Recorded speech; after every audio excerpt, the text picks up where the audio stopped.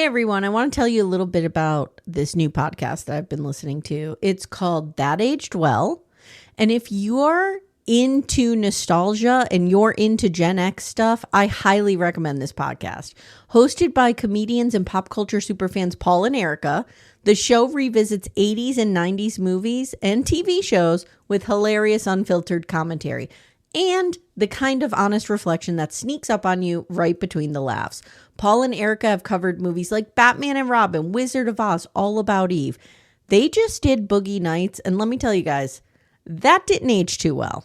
They've even delved into music videos like Physical by Olivia Newton-John. Oh, God, I remember that one. That was like the gateway to my diet culture as a young kid, but also, you know, you had Get in Shape Girl around that time. I'm even old enough to remember Mousercise. Mickey Mouse had us in diet culture, so there we go. These two crazy kids, Paul and Erica, love pop culture, and they certainly know how to make it fun. You will love That Aged Well if you love Little Miss Recap. So tune in to That Aged Well anywhere you're listening to your podcasts. Little Miss Recap contains adult language and is intended for entertainment purposes only.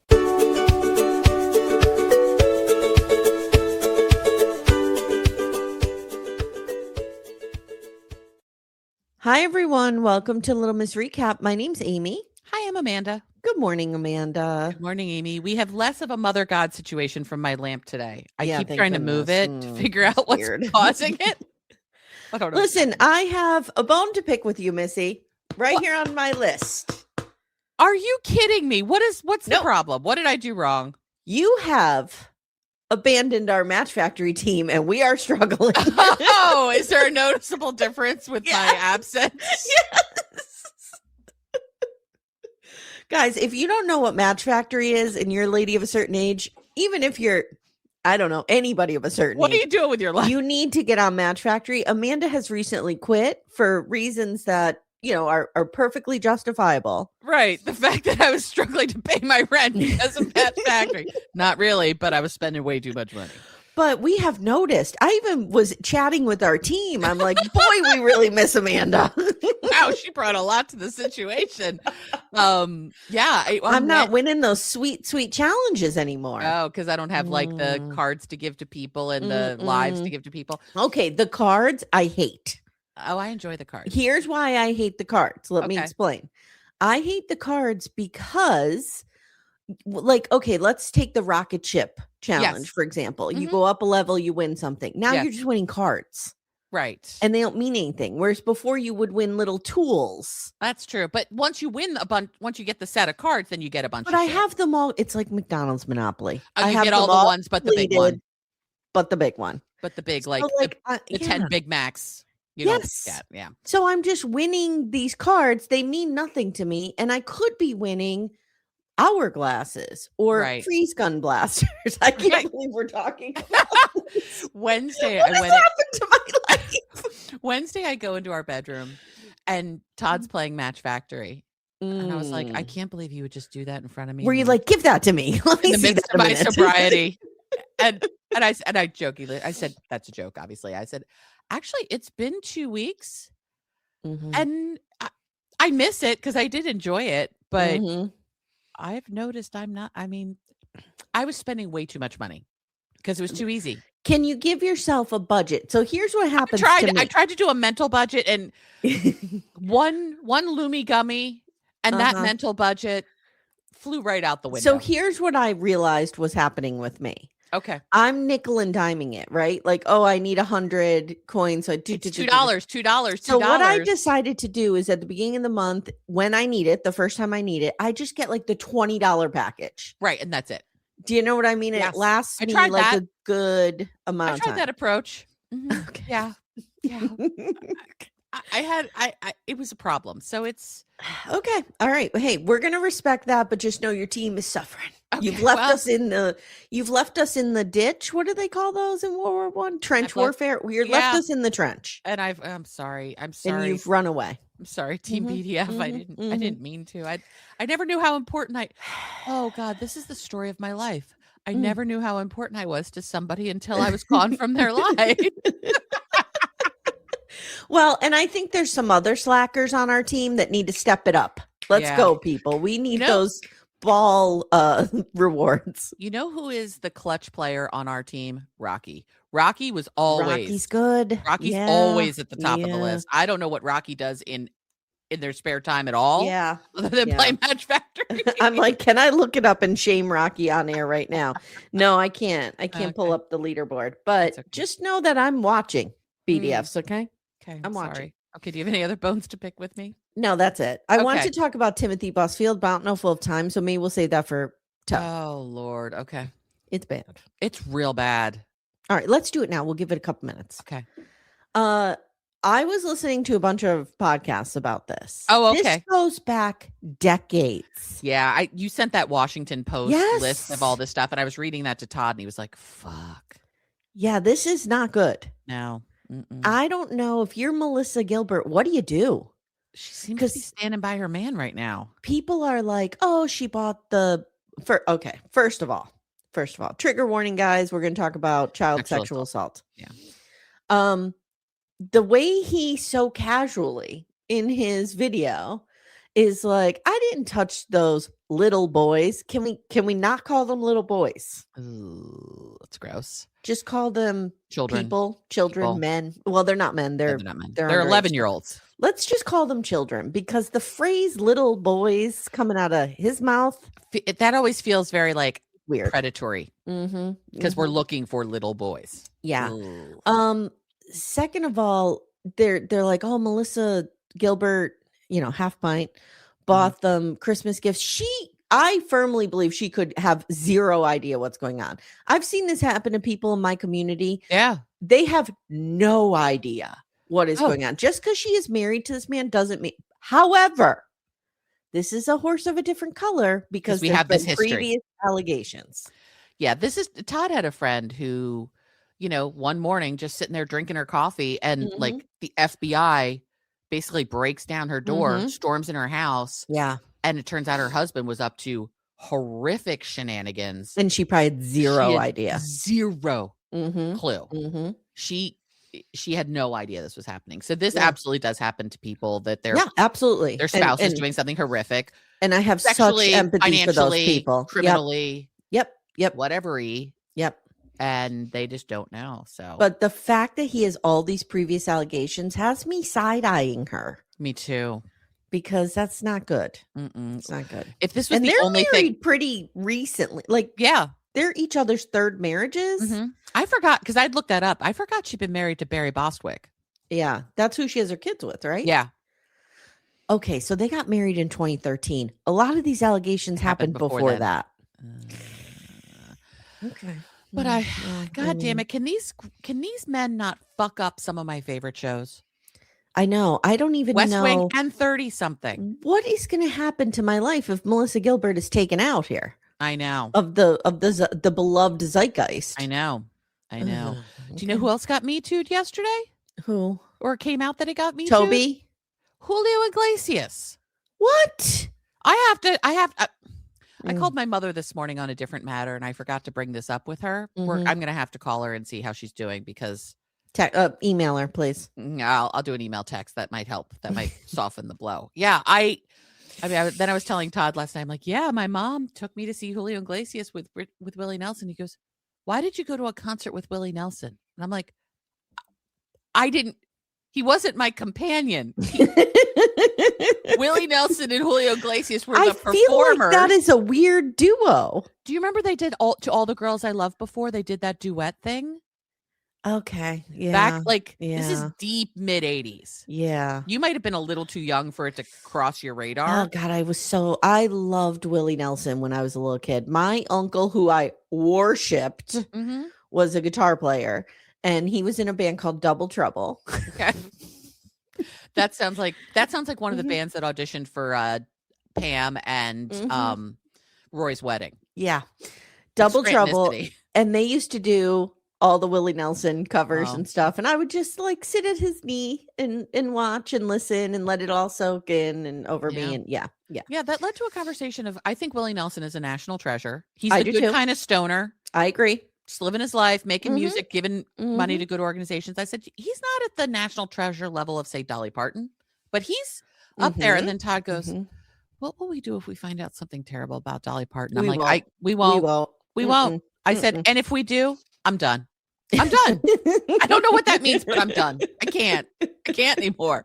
I need to hold on to these certain things. Oh, guys, we are all going through it. 2026 just kicked us right in the ass. Sure did. You know what it is? We tried to go quietly in, like you said. And 2026 is like, get in here. Hold us in by our hair. Fuck off, you like silent little girls. We're pulling you right in. You pussies. The water's warm. And now we're all just kind of like looking for a life raft and just being like, oh my God, what has happened? Yeah. So, the fact that you've jeopardized Match Factory for all of us, our safe space. Wow. As if the world isn't dark enough, I've made things even worse for us. Okay, we have a new segment. Okay. Let me get the breaking news music. Nothing is more organic than me going, hold on, let me get the music. The news. Yeah.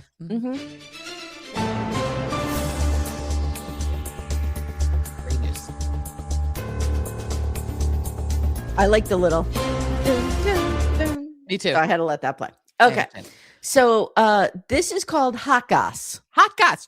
Okay. Hot goss. Okay. What hot goss do you have? You told me there was a lot of hot goss. Here's the hot goss coming out about these fools. Okay. Lisa's sister. Oh, I saw that. Whose name is Amanda. Lisa and Daniel has come out and she spoke openly about what a mess Lisa has been her entire life. There's a lot of, I feel sorry for Faith. She's been dragged through a nightmare here. Lisa's always dragged Faith through the big nightmares. There's a lot of Lisa tried to financially exploit our parents, constantly taking money from them. It's not good. No, this woman is not well. This woman, I was thinking about this after I read that whole thing and digested that this was another Amanda, hashtag not all Amandas. I wonder if this almost feels like a bit of a Danielle and Muhammad where like this woman is not working with a full 52 and are we exploiting her? I mean, look, I enjoyed Danielle and Muhammad. Yes. Don't get me wrong, but like, there did come a point where I was like, at what point is this a little much? Is this a little exploitative? Yeah. There's been other people who's crossed the radar that were like, I agree. I agree. Not. I agree. We shouldn't be doing this. Yeah. It's not good. Lisa's at least close to that category. I agree. She's not well. So that I'm going to enjoy talking about her in a little bit. That just confirms what we know. Like this woman is not making good decisions. No. And you and I've talked about this. I've been real fucking broke in my life. I tried to never harm or make bad decisions for my children during those times. Right. You know what I mean? Like you need to kind of put your kids above certain things. It like also helps. Yeah. I mean, I was gonna say it also helps that you were in a stable marriage. Right. And when I was more broke before, I didn't have kids. Right. Exactly. Yeah. I mean, I've talked about this a ton. My parents both dated my entire life. Yeah. I never experienced what Faith did. Correct. At all. Correct. At all. My parents always treated the fact that they were dating and having a child very seriously and appropriately. It's just tough. And, I give people a lot of leeway when they're single parents, obviously. Yeah. But the sister saying like she kind of did have all this support and she exploited it and ruined it makes it like even more gross. Okay. What else? Forrest and Sheena. They have pictures on their socials from 2019 together. I know. This is according to intrepid reporter Shabuti. Shabuti, who has all the hot goss. He says Forrest went and visited Sheena in 2019 in the Philippines. We've unearthed those Facebook birthday posts, and he has them all posted on his account. The official 90-day Fiance Reddit mods have deleted all evidence of this. Like it's interesting, but there's the photos. There are the timestamps. They've met. Looks different. His hair looks different. He looked. No, I too now cannot unsee the Peter Griffin. Oh my God. Jake and Matt really ruined that one for me. Yeah. And it makes me wonder, is that the meeting that Molly is so upset about? That's what I was wondering too. When Forrest went to another country to meet a woman, was it 7 Sheena? years ago? Yes. Was it Sheena? Yeah. Because that math lines up. That maths. So guys, again, I hate when I find out that things are fake. I want to just go with what's on the screen. I enjoy the ride. Yeah. And maybe this is a more substantial visit because he's meeting her family. Maybe he didn't meet her family last time. I don't know. And I mean, the story was that they met in Indonesia. Maybe maybe Sheena went, maybe they met somewhere else and now he's home with her. Maybe. Makes me think though that they've banged. Well, they were at her clinic. Oh. And people were like, "Oh, Dr. Sheena, your husband's so cute." Like he was there. Yeah. Oh God. Okay. So also in Hot Goss, one of Laura's students came out. Oh, I saw it. And basically said, "Oh, that's my strange delusional middle school teacher.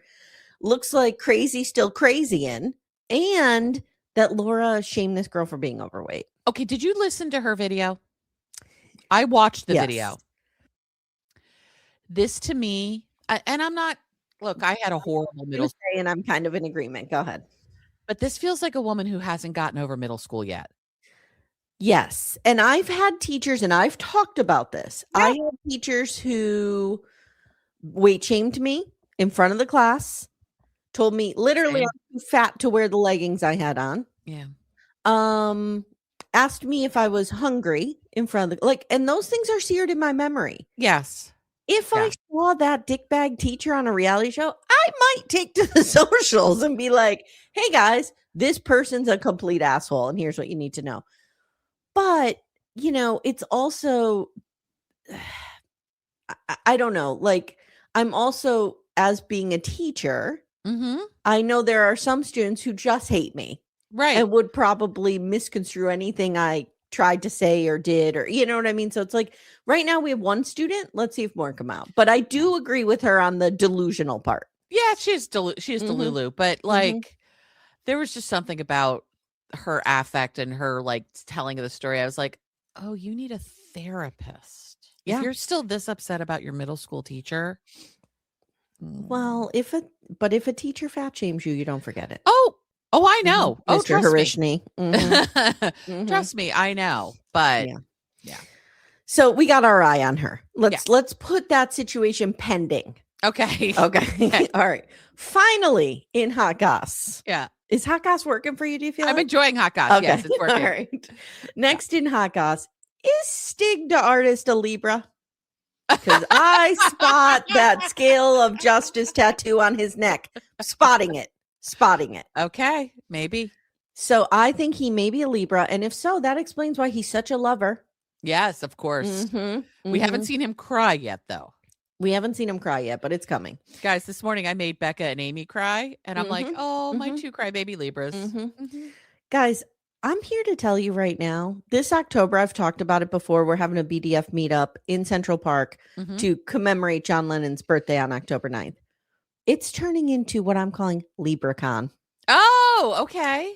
There are other Libras coming. Yes. Mary Payne Gilbert is coming. Okay. All the Libras are coming. Yes. It's going to be LibraCon. Oh. Sounds like Leprechaun. It does. That just means that Matt Maher, Chris Fair, and I have to come up with Pisces Con at some point. Because we're all Pisces. Well, more info on that later. But back to Stig and Hot Goss. By the way.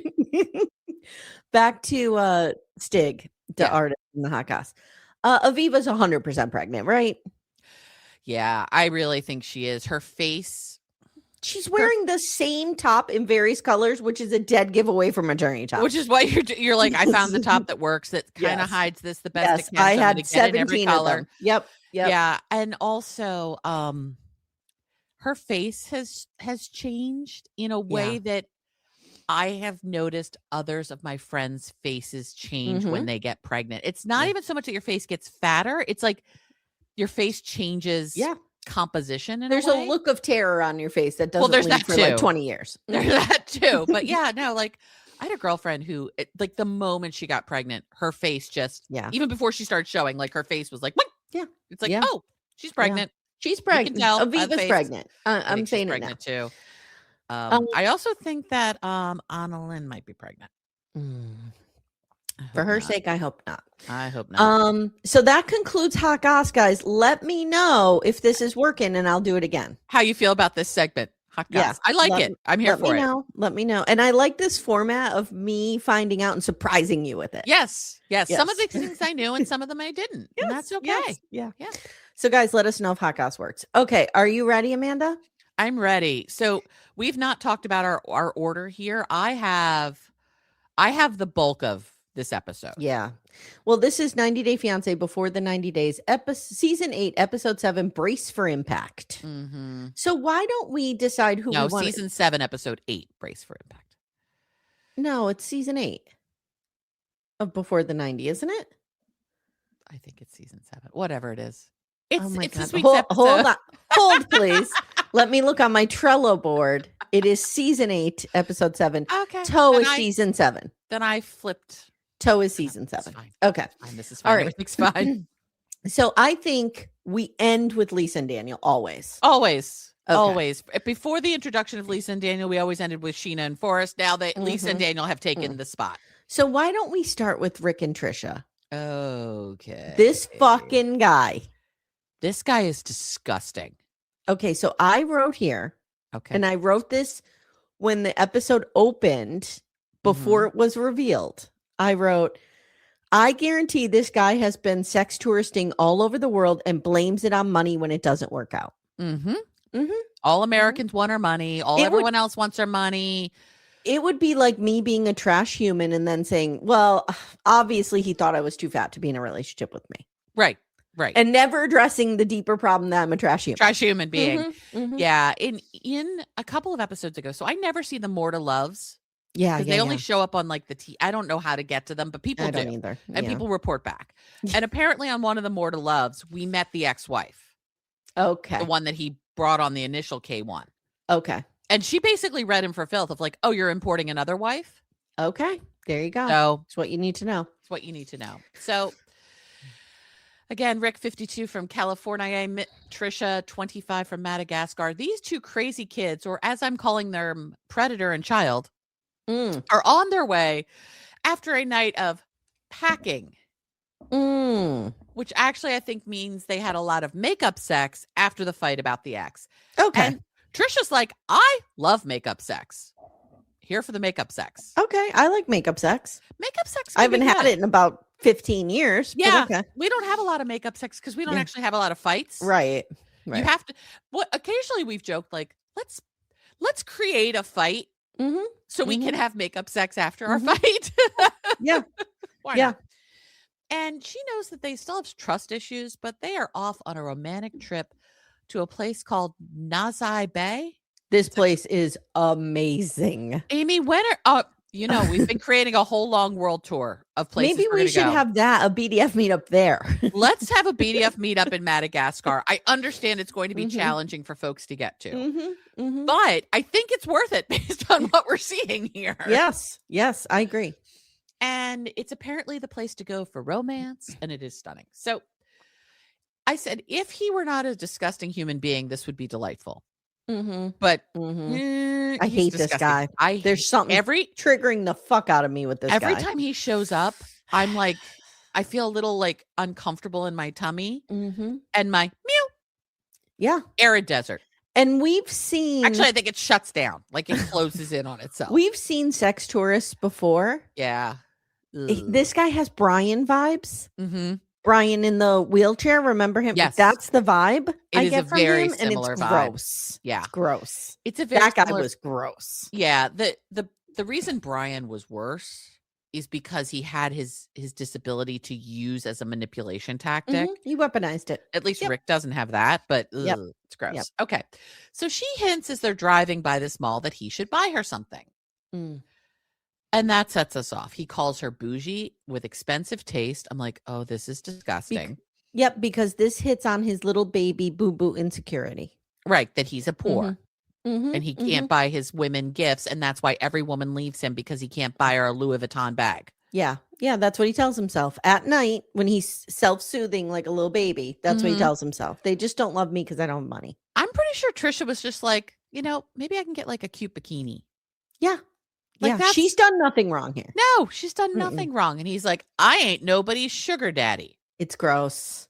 And she's like, excuse me, sir, what? I'm not asking for a fucking sugar daddy. I take care of myself.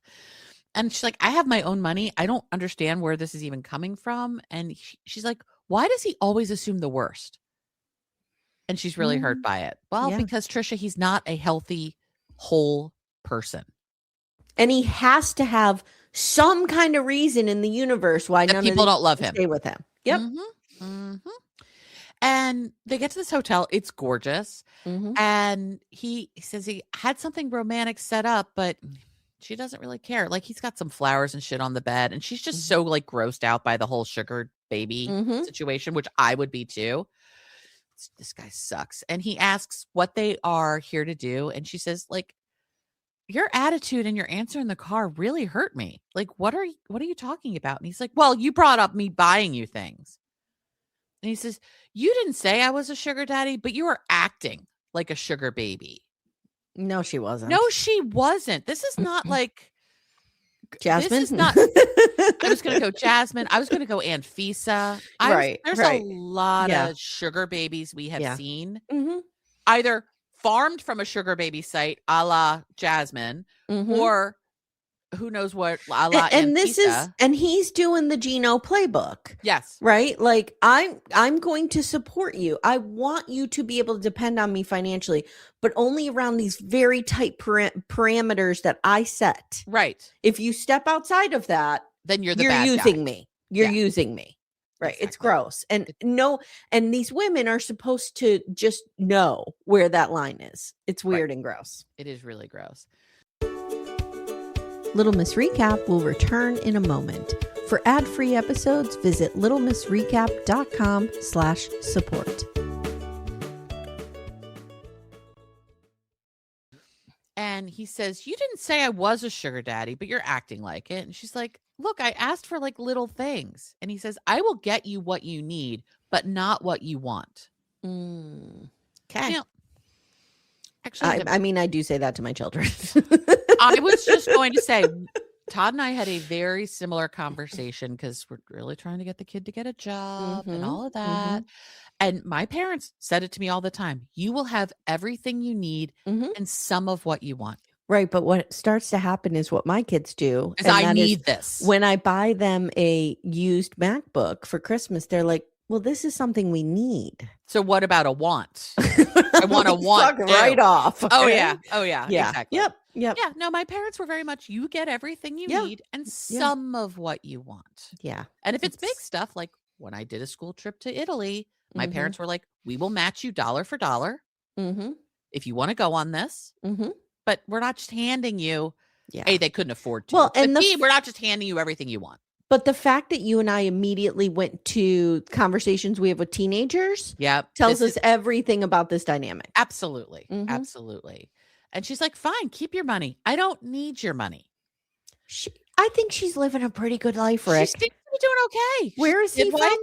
He's from California. Oh, LA. Okay. Well, I mean, because normally I'd be like, she doesn't want to come to your shithole city, but LA's beautiful. So LA's maybe beautiful. She does. Who knows? Still, I'd rather live where she lives. I think I would too. And he says he could have found this attitude in the States. Those American women, they just want their money.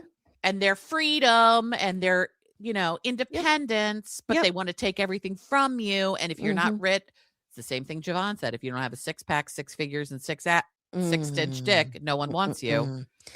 The manosphere has told me I need to go find a brown woman, a poor, because I assume she's a poor. Of course, because she's living in another country and she's a brown. Yep. So even though he's a brown person, it's fucking gross. And he says he came here because he thought she was different. And she's like, I thought the same. I thought you were different. Good for you, girl. This girl. I love her. I love her. I love her too. And I feel like even despite the age difference and the power imbalance and all of that, she's got her own power. She's not going to put up with this bullshit long.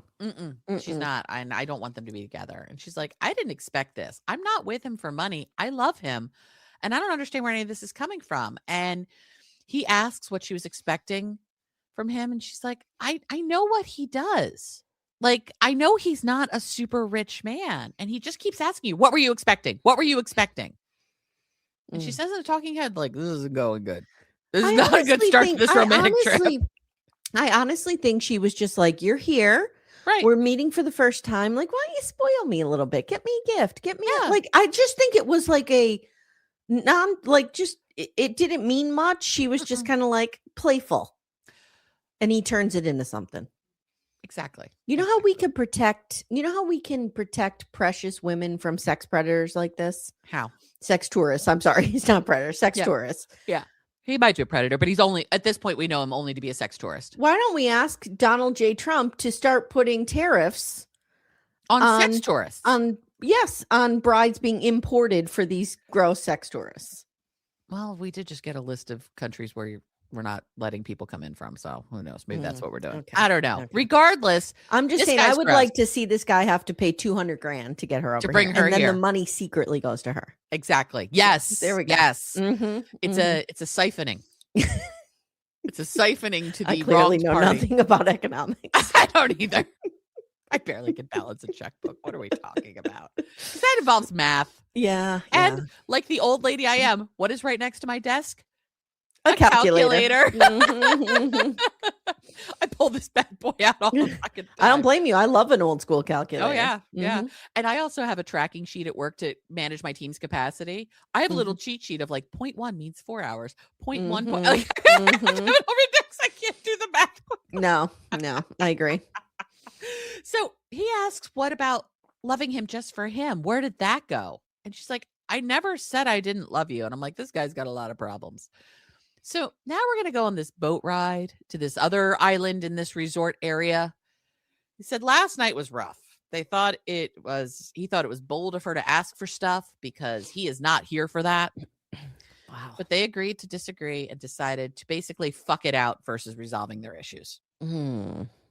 This fucking it out plan only lasts so long. We've seen it a couple times this episode. We have. But you can really only fuck things out for so long. Yeah. Until that runway disappears. Unless he's being gross and trying to put a baby in her. But I don't think that's what's happening here. No, I don't think so. Because he doesn't want kids. Yeah. No, she wants the kids. He doesn't want the kids. He doesn't.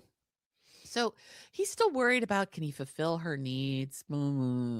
So they go to the special island. It is stunning. And it's really cool. It's like 2 islands and there's a stand bar between them. Beautiful. So you can walk back and forth. When are we going? I know. It's stunning. It looks amazing. And they're going to have this romantic time and just try to reset. To which I say, pro tip. If you have to reset on your relationship after 3 days, there's a problem. It's not good. Yeah. It's not a good start. And in those 3 days, he's already asked to look at your phone. He's accused you of being cheating. A sugar baby. It's bad. After Todd and I met for 3 days, all we were like is, when is our calendar open again to see each other? Yeah. Exactly. That's where we were after 3 days. Exactly. Like, what are you talking about? So they grab some coconuts and she's teaching him how to balance it on her head. And he's amazed that she can do it. And okay, whatever. And he says he's here to find his future wife, and Trisha could be the one. She's so captivating that he wants to be close to her and have his P in her V as much as he possibly can. Just the verbiage there. Like, I'm here to find my wife, and Trisha could be the one. Like, it really doesn't matter who my wife is. Maybe she could be it. Maybe not. But I'm here to find a wife. And it doesn't matter how she feels about me. I am here wife shopping. Yes. And should I choose her off the JCPenney rack, then she has to come in. Well, he first chose her out of the JCPenney return desk. He first chose her out of the JCPenney catalog. Right. And now we're at the store. So we're interviewing the outfits to see if they work. In a previous life, I used to work for JCPenney catalog. Yeah. And oh my God, I would be on the phone for like half an hour with a woman picking out blinds, going through the color options. Oh, yeah. Yeah. Oh, yeah. It's a whole thing. This is different, though, than the couple to thruple JCPenney return desk. Yes. When they would return their singles to find other singles to bag. But actually, in a way, not different. Because all Rick wants to do is bang these people. Yes. So they have things to work through for their future. So they debrief about the night before. He apologizes for what happened. And she said she wants him to know that she knows, I know you're not rich, dude. Like, I'm not here thinking you're, Warren Buffett over there. Nobody thinks you're rich. No, Rick. we can tell, dude. Don't worry. It's okay. You were punching up how much your, Dexter murder tarp splash pad cost over and over again. Yeah. Yeah. And So if you acted like a normal human, nobody would care how rich you are. No, but you're gross. Yeah. So she's like, I'm not asking for a lot, just meet my needs. Is basically it. Okay. There's a little bit of her that wants support, but like she's not looking for a Louis Vuitton bag. And he says when she asked for things, it triggered something from his past. And she's like, what are you talking about? He says in the past, women have just wanted him for his money. And then they dump him when he doesn't give them enough. Not true. He wants to be sure that won't happen again. No, honey. Not true. Rick, come closer. They dump you because you're a dick bag. They dump you because they get to know you. Right. And you're gross. Yeah. Your personality is the problem. Yeah. Not your bank balance. Yeah. And he says, I have the father of these two youngest kids that we had met when they were at the play park. And he's like, I'm going to bring mommy Trisha home for you. I'm going shopping for a mommy for you. Right. And he was with this woman for 7 years. She came over from Nigeria on a K1. And she had higher expectations than what he could provide, which is why he's trying to be really clear with Trisha about his financial situation. Because remember, also, Rick only has one more K1 visa in him. Right. You get two. Right. Yeah. That's it. Gino also is checked out, I believe. You got to use it wisely. Right. Is it worth using it on this woman? TBD. And she says, look, I'm not going to leave you if you don't buy me things. I just want you to meet my needs. And when I come to the US, I am leaving everything. I can't work. I have to know I can rely on you. She's like, look around, dude. This is what I'm leaving. Right. Paradise. This is gorgeous. Now, yeah. LA's gorgeous too. But like, this is a different level of paradise. Yeah. And she's like, what I was just going to say, I had my thought and it was gone. Anyway. Oh, what I was going to say is once she gets to the US, yes, she probably has to do some training to get certified. But she's a midwife. Oh, right. She has a skill. Yes. Especially in LA. She'll be able to find work. Or even if nothing else, she could probably start doing doula work immediately.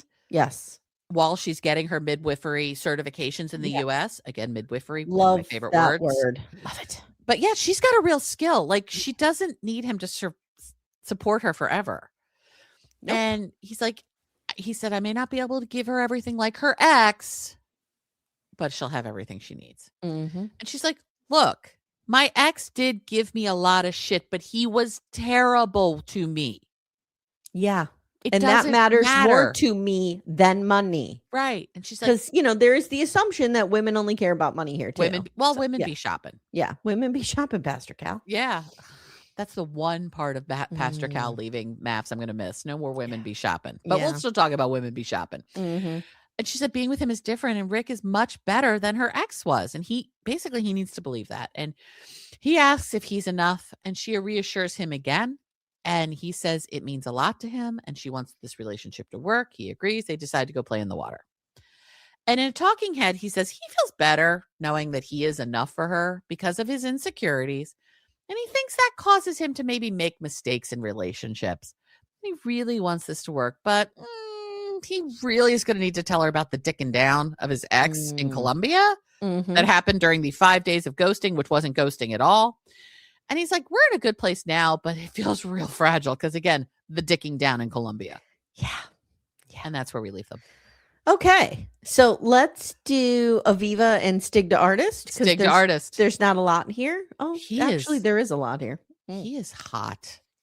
He's so fucking hot. He's and really if he's a hot. Libra, he's hot. And minus the tongue, Daniel's hot. Stig is hotter. But there's a hotness to Daniel too. They arrive in San Pedro. It's her second full day there. Again. And he says, Pedro. Yep. He says, yesterday Aviva accused him of not being over his ex, but he banged it out of her last night. Yeah. I mean, Fucked sometimes it you away. just fuck it out. Sometimes you fuck it away. Yeah. And he said, so we're good. And not only that, we raw dogged it. And we can tell because she's pregnant in her confession. Right. Wait, you guys keep raw dogging it over worked. and over again. I don't. It's like when people are like, oh, what was it? Oh, you watch the TV show Catastrophe, right? Yeah. And when he's like, I don't understand how this happened. And she's like, we had sex like 25 times and used a condom twice. That's how it happened. I may have said the same exact thing. Yeah, like, that's how that happened.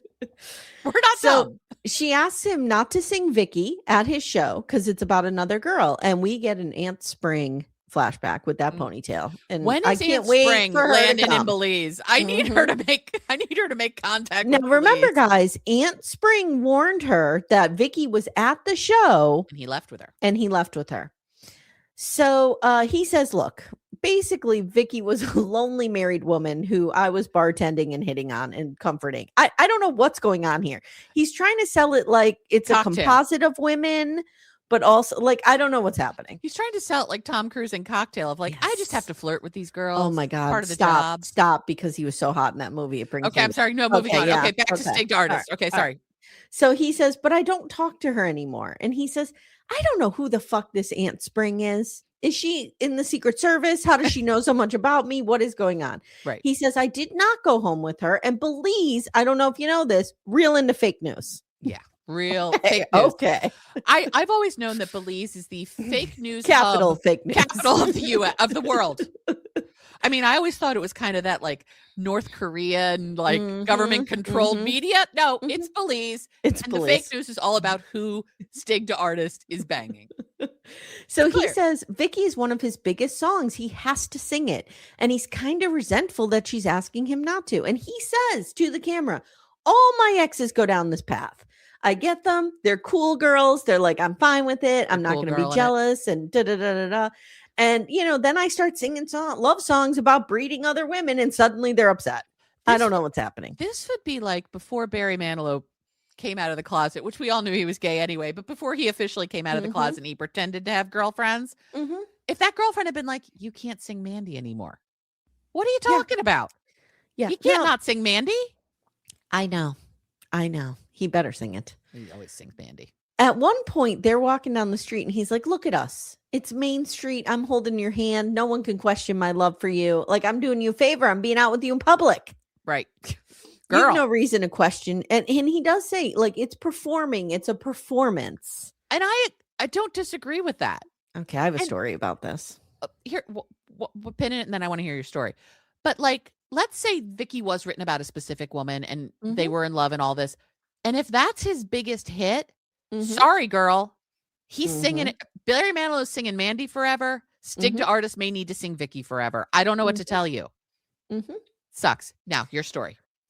I feel like I lived this life. Oh, no. When I was dating this band member. Oh, yes. Yes. So I was dating this guy who was in what I call a promising local band. Yes. Which they all are. Right. Which we all want to get the t-shirt that says promising local band. And he had previously been a member of, should I say it? Does it exist? A band that kind of broke out here. Okay. And he really clung to that. It was you too, wasn't it? It was not you too. You were dating Bono, weren't you? He really clung to that. Yeah. You know, and like, so he would perform and he and I were we were a thing. And he would perform in clubs just like this, where there was like 40 people, half of whom looked disinterested. Right. And he thought like, this is the performance of a lifetime. And you can't make eye contact with me because I have to eye fuck all these other women. Yeah. And you just have to be cool with that. And I was usually trash, so I was fine with everything. I was usually hitting on other people in the crowd. But it's this air of like, I just need you to stay over there because I'm doing this thing. So like this feels very familiar to me. Sure. And then, so there was this song that this other band had been famous for that he would sing and it involved other women. Like it was very similar. I'm telling you, I was dating Stig, the artist of Wilkes-Barre, Pennsylvania. There you go. There you go. It didn't last long. Didn't last long. No. Did you bring him groceries? No, but I did beg him to stay for dinner a few times. It was a low point. But it's so I kind of feel like I get this whole thing. Yeah. And as an artist myself, as a writer and somewhat of a, I've done performance poetry a lot in my life. If Timmy was sitting there on his phone while I was performing, I would be apoplectic. I would be so angry. Yes. I totally understood what Stig was saying during this whole thing. Yeah. I was not team Aviva here, which I know is kind of weird to people. Yeah, no, I was not team her either. And, when we start touring, if our husbands are sitting there on their phones, we'll be pissed. Yeah. No, Timmy has sat there and listened to me read a lot of stuff repetitively several times and has never once not paid attention. And I would never do that to him or to anybody else. You would not pay attention to him humping boards. Right. So the show starts at LIV Hookah Lounge. And again, there's like 40 people. So my guy used to play. Room is what you're saying. My guy used to play The Staircase in Kingston, which if you're local guys, you know exactly what I'm talking about. It's like the Grape Street pub in Philadelphia. He's singing at like this small table. He points out Aviva. He's singing to her. He starts singing Vicky, I think, to kind of get at her, and also trying to kind of sing to this girl who like is wandering up next to him, but seems not interested at all in him. No, it's weird. It's kind of a mix of like she's trying to be close to him, but also be aloof. Also / the girl in hashtag current references only Raiders of the Lost Ark who kept blinking her eyes with "I love you." Wow. Okay. So she decides, I'm going to pick up my phone. I'm going to text. He's upset. It's throwing him off. I totally sided with him here. That was bullshit. And it was the first show she was coming to. Yeah. Like, she should have just been engaged. Just sit there and be proud of him. The only time you should be on your phone is if you're taking a video or some photos to send to your friends. Yeah, I agree. So they leave and he's like, well, I forgot my lyrics. So that wasn't great. And he's being cold. And she asks him, did I handle this okay? And he tells the camera, how does this girl think she handled this okay? I'm here for his confessionals. I am too. He's like, this woman's a lunatic. I may now be the father of her child. I don't know. TBD. And he's got that cute little smile. I know. He's I'm into him. He could do some damage. I could get swept up into this real quick. She says, it hurt my feelings that he sang a song and was flirting with another woman. And then she tells him, I am sorry. Like, I should have paid more attention. And I kind of like her too. Like, I don't she's hate fine her. Too. The biggest complaint I have about her, and it's not really a complaint, she's just kind of milquetoast. Like, yeah. She's just not particularly interesting, but there's nothing wrong with her. She doesn't seem to be like a gross sex tourist. Yeah. So that's where we leave them. They kind of talk it out and they're going to bang it out, I'm sure. All right. Give us Forrest and Sheena.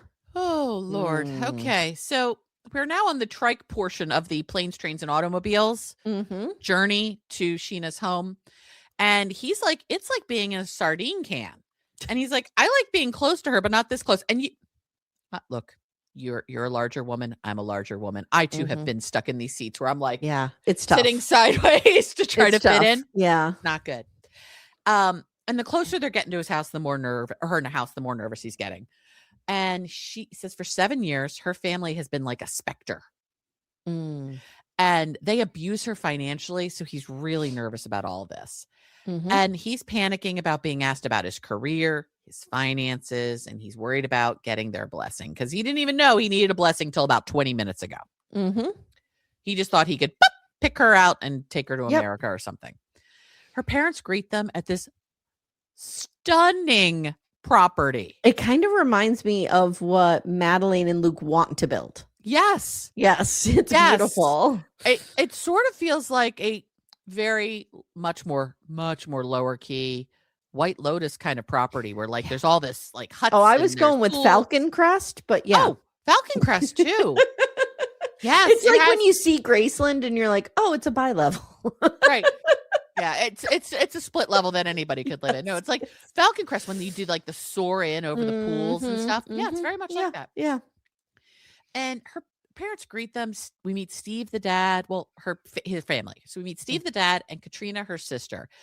And apparently her mom is not going to be there because she's not feeling well. Okay. What's happening? Mom, what are you doing? You need to put your big girl pants on and be like Christy on Gypsy Rose and be dying on the couch going, Gypsy, do we need to tie down the patio furniture? and be on camera. Yes. What are you doing? What are you doing, girl? Look like you're on your deathbed, but you got to be on camera. It's fine. And Steve, they welcome in. They're very nice. And they talk about, him being shy, and Forrest thanks them for letting him stay and how happy he is to meet them. Now, remember, originally they didn't stay at their place because they would charge them. And I said, maybe if it's a B&B or an Airbnb and they'd be losing revenue. Yes, that's what I thought too. Family discount. I was like, oh, that makes a bit more sense. And Katrina gives them the tour of the gardens and the house and the pool. I mean, it's beautiful. Big B&B that they own. And he has heard for years that they need all this money to keep up the property. And he's like, this is a really nice house. So the math ain't mathin'. Yeah. For all of this, which I agree with you. And they settle into their room, which again is lovely. And Talking Head Force is like, I don't understand what's happening here.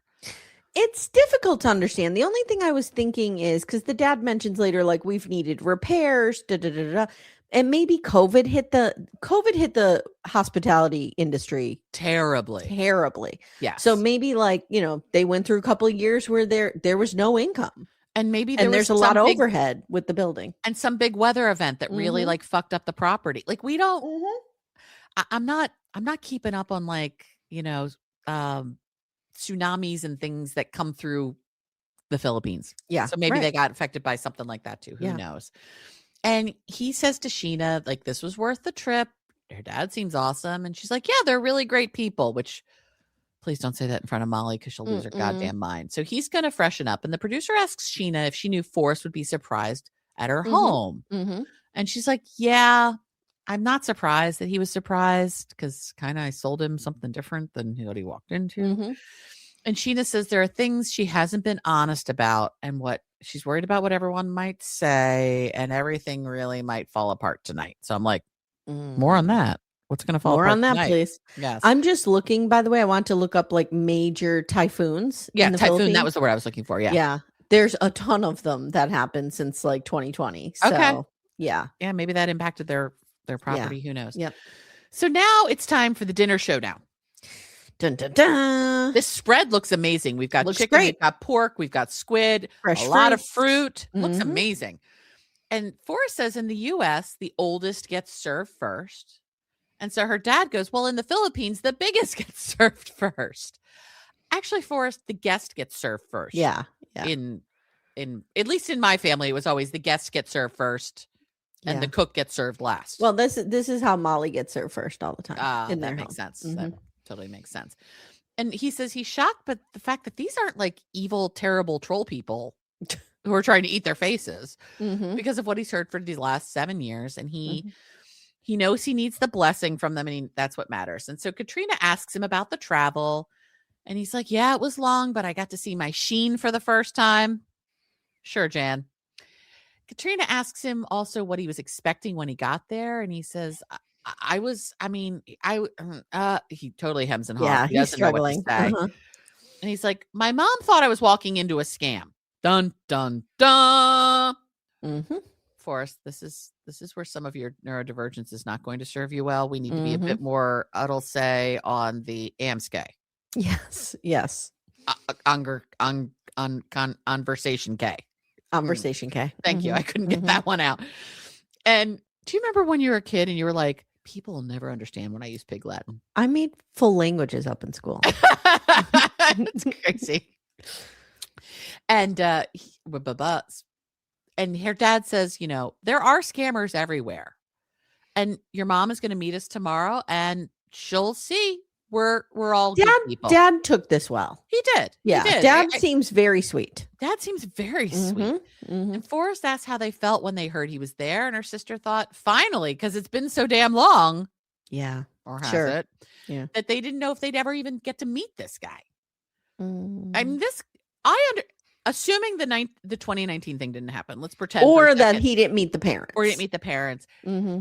If I'm Katrina and my sister Sheena is telling me about her boyfriend of the last 7 years in the U.S., I'm going to be like, and is his name George Glass? It's a George Glass situation. Like, what's happening? Yes. Is this person really real? Here's my Canadian girlfriend. Right. It's that. Mm-hmm.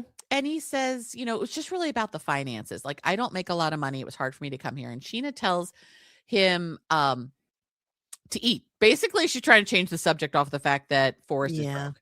And Katrina's like, so what do you do for work? And he's like, well, I'm about to blow their minds because I am unemployed and I am on disability for my autism. And he says, right now it's really challenging because talking to others is hard for him and he's feeling really anxious. And you can see he's like really starting to get upset. Yeah.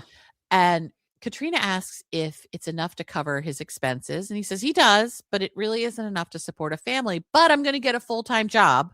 Mm-hmm.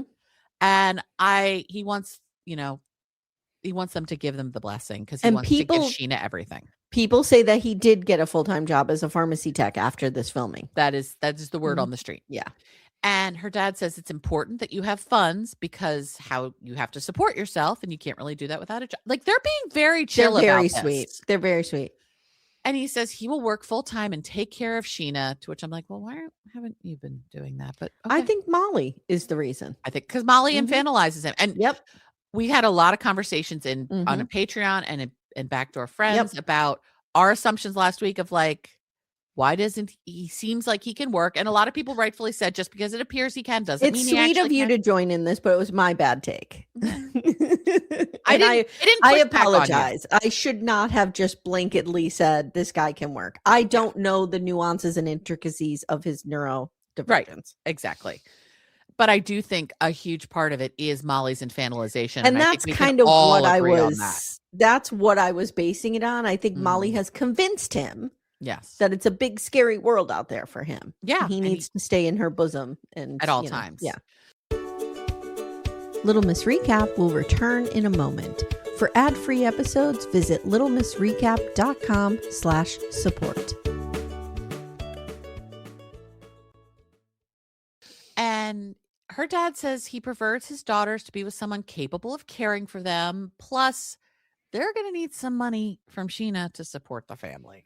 Mm-hmm. Her dad gives the blessing, but wants to be sure he will continue to help them. He and Sheena will continue to help the family like she has been. And if they don't have enough money, how are they going to do that? The family really relies on Sheena to fill in some gaps from time to time. Yeah. Forrest says he understands. Her sister looks forward to meeting Molly and Deb. And I'm like, girl, you don't even know that the wrath upon which another typhoon headed your way to your home with these people. And Forrest says they're coming with a long agenda, but it will be a blast. Forrest is feeling like Sheena hasn't been 100% honest because the description of the house and what he's seeing aren't really aligned. And he's sure Molly will think everything has been a lie and she's going to flip the fuck out, which we see in the next time on is exactly what is going to happen. Let's just take 1 second to say the amount I have never personally had to worry about. How are my parents going to act in this situation? Are they going to embarrass me? Are they going to? I've never had to really deal with that. My parents are pretty good at, pretty normal. Faking it. Yeah. Right. They can put on a good face if they can put on a good, and they've had to. Yeah. But like the trauma that must cause in you as a kid to know that your mother could show up and just flip tables and flip the fuck out probably put you in fight or flight all the time. I didn't have that with either of my parents. Both of my parents, no matter what, could just show up normally. Yeah. My aunt who lived with us was that volatile person. Yeah. And I didn't know at any given moment, like what version of her would show up. Yeah. And it does put you into a fight or flight all the time. Yeah. And I know people who have parents like this, and it's a lot of trauma. So yeah, particularly people who have parents in addiction. I feel bad for Forrest. Again, not loving what he's putting on social media. Not into that. No. But I feel bad for him in that he probably has a lot of trauma around Molly's responses. It reminds me of, remember when Kyle and Noon and they went to go meet Kyle's mom who was deep in addiction, and Noon kept pressing for them to have a relationship. And then when she saw it, she was like, got it. Yep. We're not doing that. Yep. Yeah. It's not good. All right. Let's knock out Laura and Birkan real quick, and then we'll hit finish the grand finale. So we pick back up at this sad table situation. Yeah. And she's like, look, a lot of people think you're using me for a green card and money, and hearing about your plan to flee your debt makes me kind of wonder too. Yeah, it's not a good sign. And he's like, do you really believe I would do that? And she's like, yes, because you just said it, and because you didn't tell me any of this. Right. This is all new to me. Right. And he says, and I guess he makes a point here. He's like, I didn't have to tell you. I could have just went to America and nobody would know. It's a good point. Like, I could meet some guy across the pond, were I not a married person, fall in love and just leave the U.S. and they never have to know what's and that's my question. Here. That's my question. Like, immigration lawyers or people who've been through the 90-day process, do they check your credit and stuff like that? I wonder that too. Yeah, because they might. It's hard because in a lot of countries, like, credit doesn't even exist in the way that it does. There's not like a TransUnion. I don't think we're getting our FICO scores in Nigeria. I don't think FICO's horrible tentacles make it all the way to Nigeria. At least I hope not. For those so he says, look, I'll hustle. I'll do whatever I need to do. Okay. So they get back home. Doing it now. They get back home and she's frustrated. She's like kind of in the room packing up like doing something in her suitcase. He's out there like cooking or something, and there's tension. You could feel it. Yeah. And she says, he talks so much about honor, but he has kept this from me. And things are really tense between them. And he literally shoves her up against the wall and makes out with her in the cringiest makeout session ever. Second to Lisa and Daniel at the airport that we've seen cab. this season. Yeah, it's a definite preemptive strike. If I'm just going to use the sex to get you to stop thinking about the problem. She's like, oh, this is such a fantasy. I mean, a hot Turkish guy pushing you up against a wall, making out with you, like this guy. I'm like, okay, this guy. So he takes her into the bedroom. They bang it out, whatever. The next day they're traveling, and Birkan's like, there's a dog. I hate dogs. They bite me.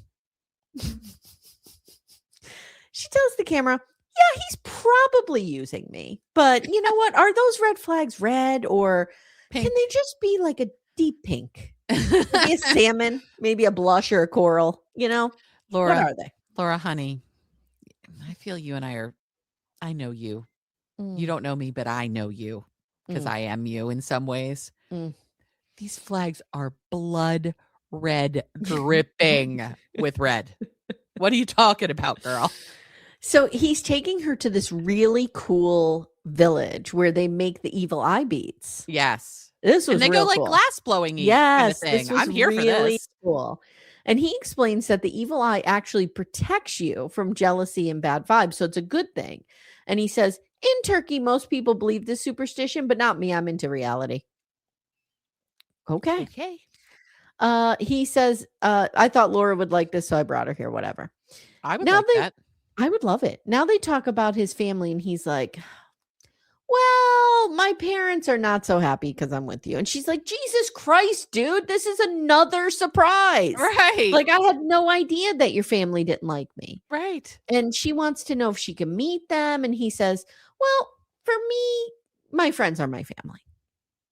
And she's like, okay, yeah, I get that, because Michael is like my best friend and he's my family. He's like, fuck Michael. He just goes off. He hates Michael. And remember I said to you, like, are they sitting in a jail cell or something? It's the glass blowing place. It's the I forget what you call it. Yeah, but it looks like a really old, it's like kind a of cave. forge kind of. Yeah. It's real sooty. Yep. And he's like, I do not want you to be close to him because I don't trust him and I don't like him. Birkan, you have been dishonest with this woman since the minute you met her. And you don't trust Michael? Right. Okay. And she's like, he's very important to my life. And he's like, well, I have a solution for that. Just cut him completely out of your life. And then he gives her an ultimatum. And she says, is this an ultimatum? He goes, no, just choose me. Sir, I understand English is not your first language, so maybe you don't know the definition of ultimatum. I would like you to understand that what you just said is the exact definition of an ultimatum. Then he says, we are getting married. You heard me. And she's like, no. And he said, you know what? You sit here and think I need some air or some peace. She's stunned that he's walking out on her, and she says, "This does not feel like the man I met online." That's where we leave them. Because you don't know him. Wow. Girl, go home. Go to Michael. Go play pickleball. Go to Michael. Go play pickleball in Robin Hoxie's husband's tournaments. Leave us alone. Yeah. All right, let's finish with Lisa and Danielle and her emotional support, babe. I feel like dun dun dun dun dun dun dun. Play the Rocky theme. It's appropriate. It's wild. It's wild because we're doing Lisa 51 from King of Prussia, Pennsylvania, Daniel 39 from Nigeria. So it is the next day. Daniel appears to be back on script. He fell off script once he had to be naked in a bed with her. He's back. He's got it figured out. He was able to get the Viagra down real quick. Think about whatever it is he needs to think about. Not her to bang it out. He's thinking about Trish. He's watching this season and he saw Trish. I don't know what he's thinking about, but I can tell you it's not Lisa.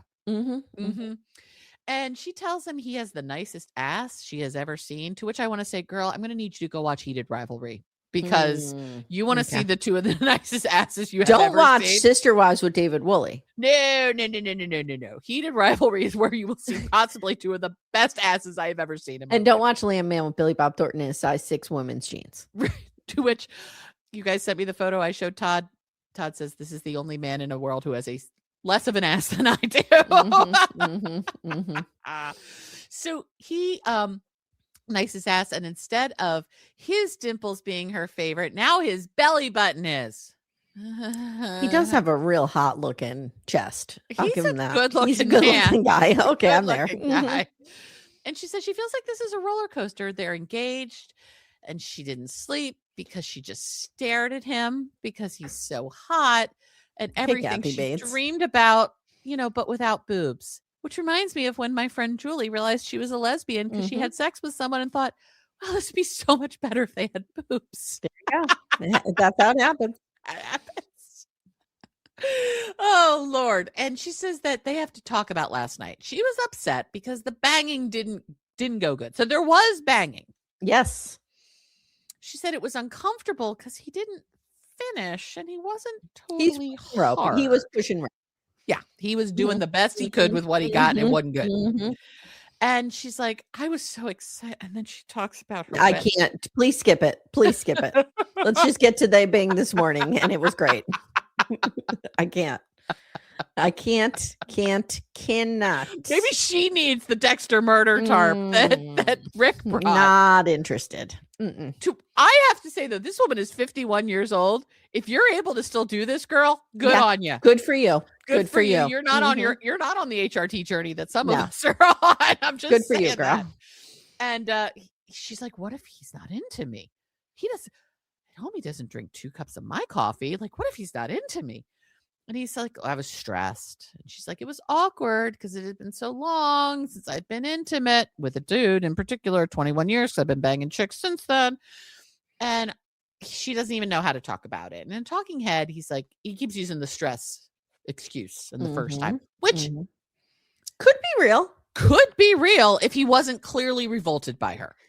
Right. And it is real because he had a job to do. He had to keep up the script and he couldn't do it. Yeah. But apparently in the morning, he was able to push through, get it done. Apparently he's a little too big, but they got there.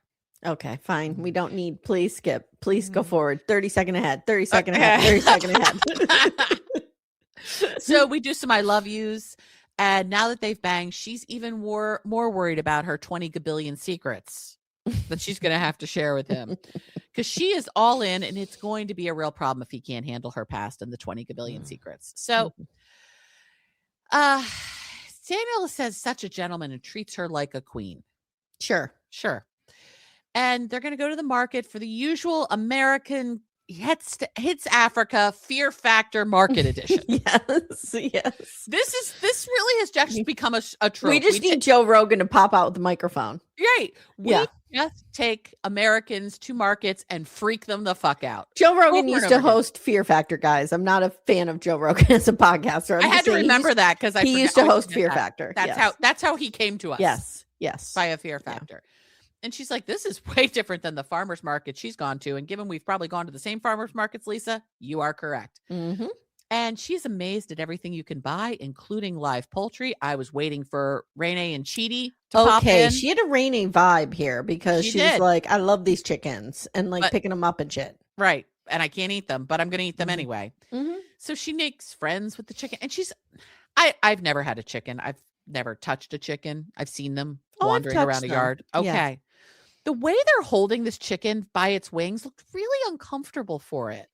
Yeah, there's no easy squirming. I mean, I'm sure there's a universal way to hold a chicken. Yeah, and maybe that's it. I don't know. I don't know. Maybe it's kind of like Toby in particular. We have to do this too. If he's getting real mouthy, grab him by the scruff of their neck, and it like chills a cat out. Yes, I wonder if it's dogs something too. Similar. That will calm our dogs right down too. Yeah.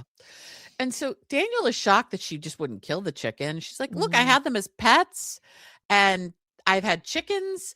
And my chickens even had their own TV and VCR. What? Okay, there's some unhealed trauma there. I mean, we do put Toby TV on for Toby, but he doesn't have his own TV. And it's not like out in a chicken coop. No, we just give him a couple extra catnip. She probably kept these chickens in her house. What am probably I like about? Billie Jean and Reese. No, we just give him a couple extra catnip treats, and he stares at the Toby TV, which is a YouTube channel. Yes, it's very cute. And he tells her this is important. Oh, wait, no, I jumped ahead. Sorry. So he thinks she's insane because of the chickens. But I'm like, she's insane, Daniel, for a multitude of other reasons, my friend. So now we go to look at fabric because he wants to buy her an outfit to wear for tomorrow. We saw Michael do this to Angela. Yeah. It's harder to shop for a larger woman in these markets. And she needs this outfit because we're going to go visit the uncle tomorrow because we have to get the blessing and the approval from him. And this might not go well because the uncle doesn't know her well. I want to be like, Daniel, you don't know her well. Lisa's confused. She's like, wait.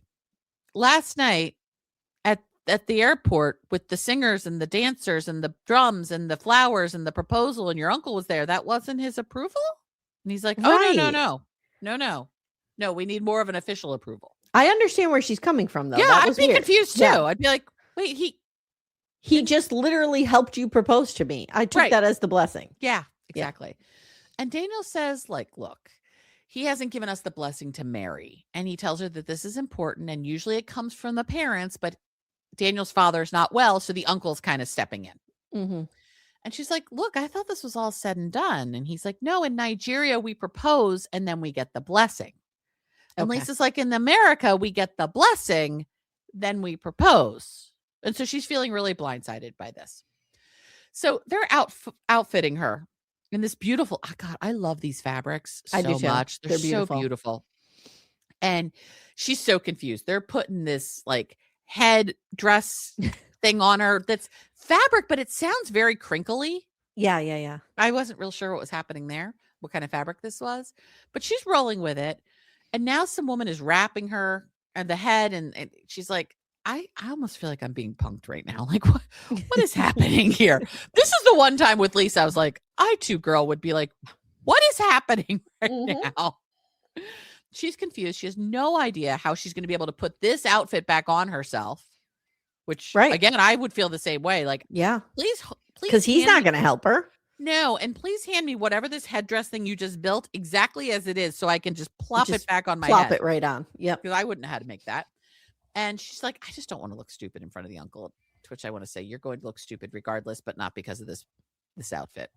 So she asks, how the dress is going to be cut. And the woman's like, I mean, we can cut it, but like, you're a fatty. So we're not really sure. Yeah. So the basic, the bottom line of this part of it is that she gets called fat. Yeah. And she's freaking out about it. And, we've talked about this in the past that many countries don't associate the shame with being fat. No, they're just Americans like, you're fat. Do. So they're like, you're fat. It's just a thing. You just are. Yeah. But that's such a different thing to say in America. It's so charged. Yeah. For us. Yep. And she wants to impress the uncle, but she needs the blessing, and she's worried about, again, the 20 gabillion secrets. And this could really cause some issues for their love story for the ages. So now we're back in the car, and Lisa's upset about being called fat, and she's taking it out on him. And he's like, it's fine. And he keeps telling her that she isn't fat. She's like, I'm stressed. I need to vape. Need to vape. That's what's going on Need to here. vape. She's having withdrawal. Yeah. And he reminds her of the promise she made to not smoke. And she's like, look, I've tried, but I can't do it. And there are things that Daniel expects. He expects long hair. He expects permission to drink booze. And he expects no vaping. But finding out about getting the blessing is stressing her out. She needs to vape. And she just looks like a little sullen teenager through this whole thing. And, when you're an addict and when you vape or you smoke, you are addicted to nicotine. Yes. When you're an addict, sometimes if you're in withdrawal, you will create the situation you need to go take a hit of that substance. To give you the excuse for doing it. And that's exactly what's happening here. Because he didn't call her fat. No. There was nothing, what I mean? But I think it's the fat. I think it's the meeting of the but she's picking a fight with him though. Yes, to be able to say, I'm going to go vape. Right. And this uncle thing is surprising her. And so in a talking head, he says, look, if we want to marry, she's going to have to learn how to do all this traditional stuff and be with this. And it's important to learn the language and the culture to impress his uncle. And now he shows her a traditional blessing for this wine. It's this palm wine because they're out to dinner and only men can do it. And she asks if she can drink. And he's like, yes, it's very strong, but you can try it. And this is where it gets really weird. Because he gives her fufu, which is a local food, which she said she had researched. So clearly, since the hibachi place and getting there, she researched. Done a research on this. Yes. And understood how to eat it. And she was trying to do it right. For you, rapidly aged Gypsy Rose. Yes. This is the one time I've been impressed with her. Because this is more than a lot of people do. Yep. But he's like nitpicking how she's doing it. And he's okay. Something changes in him here too. Oh, yeah. Yeah. Because it's wild. He now becomes real controlling. Yes. Real asshole-ish. And it becomes like you don't even know what they're fighting about. Like there's clearly something else. Yes. But we don't know what it is. Wow. Yeah. And so then he pours the wine for her and she's like, am I allowed to drink it? And she does. And then he's like convinced that she's trashed because she had like one sip of this wine. This is so weird. And he's like really giving her a hard time and he keeps telling her and showing her how to do it. And she thinks he's just trying to prove this point. And she didn't imagine he'd be so forceful and mean about this. And now he's like, you have to get in there and like basically suck it out of your fingers. And she's like, wait a minute here. I work in healthcare. Yeah. I know how fucking disgusting fingernails are. I watched Madeline with the Nutella. I'd have a hard time with this too. Yeah, I would struggle with this too. And not the eating with my hands, but having to like get in there and if I didn't have the opportunity to go wash my hands first, I'd be a little upset about this. And then he tries the wine and he admonishes her for not respecting it properly. Like he's really getting goes off the rails. And you can tell he's nitpicking. Something's off here. Something's off. And he's telling her, how to pronounce the name of the palm wine. And she's trying. She's really trying. I thought she got it. It was got really close. Yes. I'm sure there's something he could hear that wasn't quite right. But like, she got real close. Close enough for it not being her native language. Right. And the first time she's ever saying this phrase. Yeah. And he tells her to say it again and again and again. And she's like, please don't talk to me this way.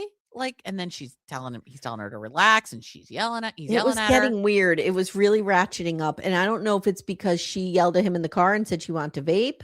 Yeah. But something stuck in his craw. Something's in her craw. Like, it's not good. It's not good.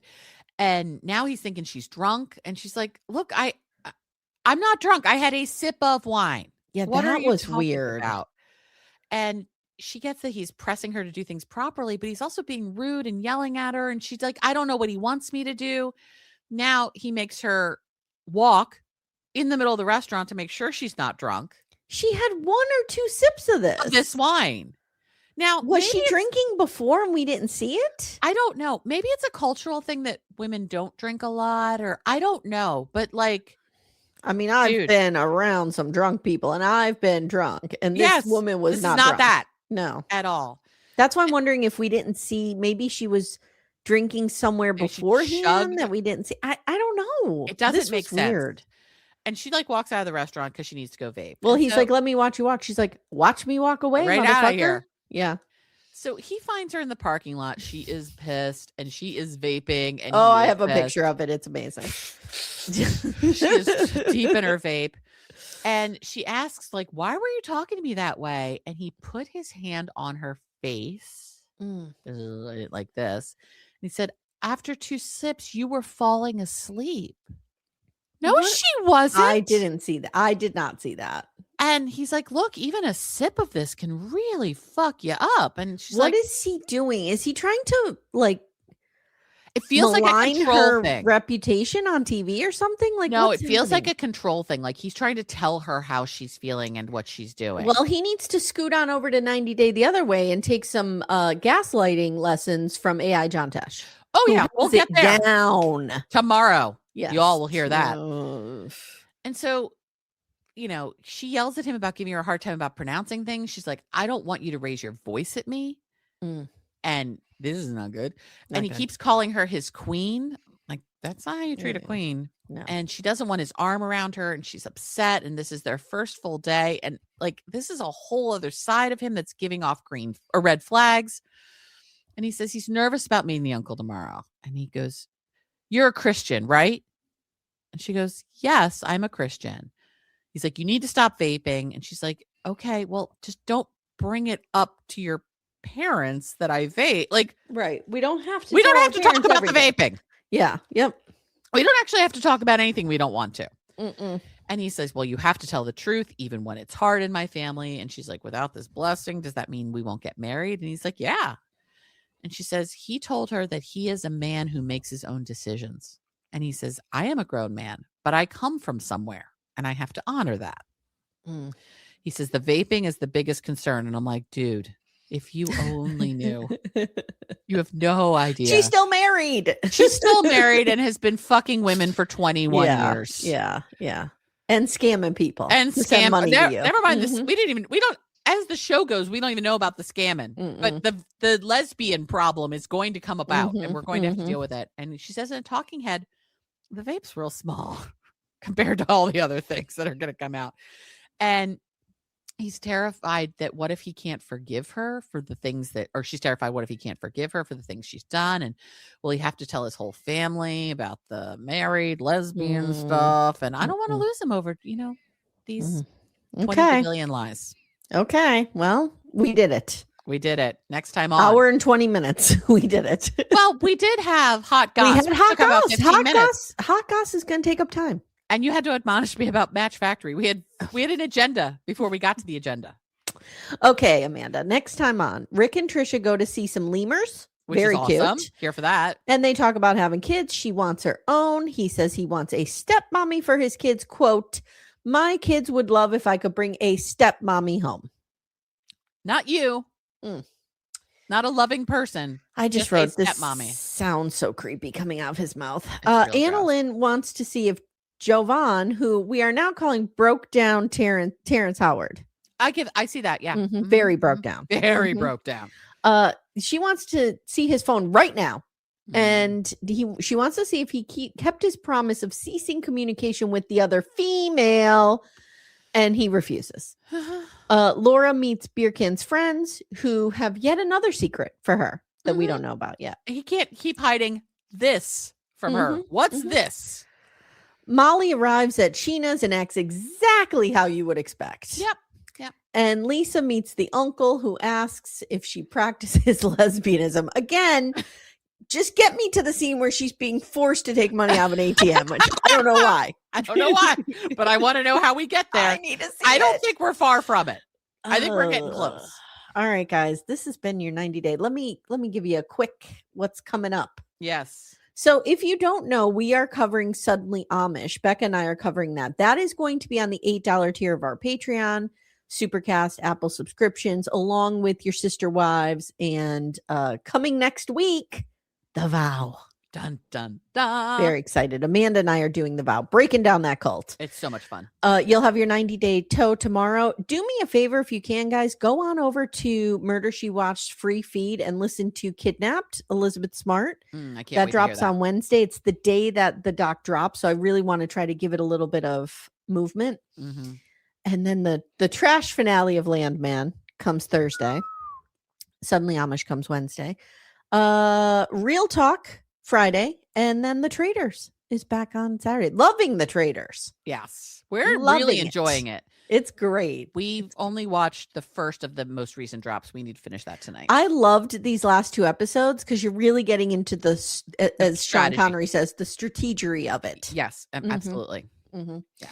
All right, guys, as usual, thank you so much for supporting the show. You can find all of our links in the show notes. And thank you, Amanda, for your just intrepid reporting. Intrepid. Oh my God, I couldn't even speak for a minute there. Thank you. Problem. All right, guys, we'll see you next week. Or we'll see you tomorrow. Yes. Take care, everyone. Okay, bye. Bye.